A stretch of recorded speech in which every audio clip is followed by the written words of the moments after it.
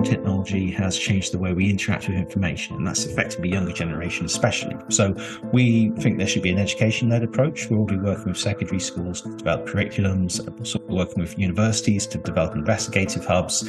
And it's not only important to show people how to find the truth, because if you find the truth in the world we live in nowadays, it just becomes another bubble among a sea of different opinions. What you need to show is that there's an impact and there's accountability when you find the truth.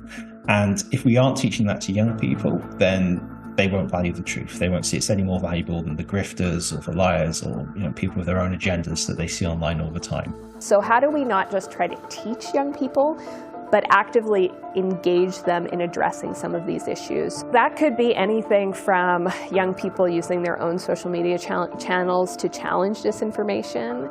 It could be that young people reaching out to either sources of disinformation or challenging that disinformation in an active way.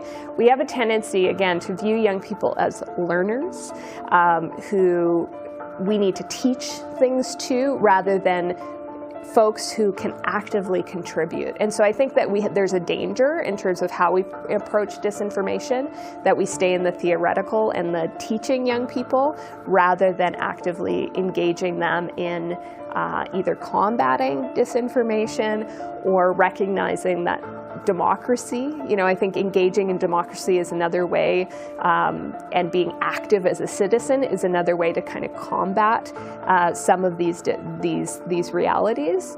Political parties in Canada have been growing with their ability to handle data.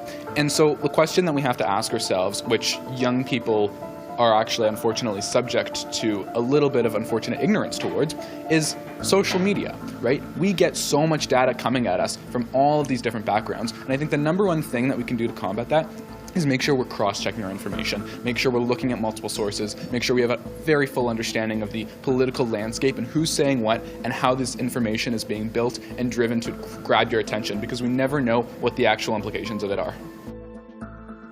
Watch and read more about disinformation, cyberbullying, and online harms at cpac.ca/disinformation-and-democracy. Regardez cette émission et lisez davantage sur la désinformation, la cyberintimidation et les méfaits en ligne à cpac.ca/désinformation-et-démocratie.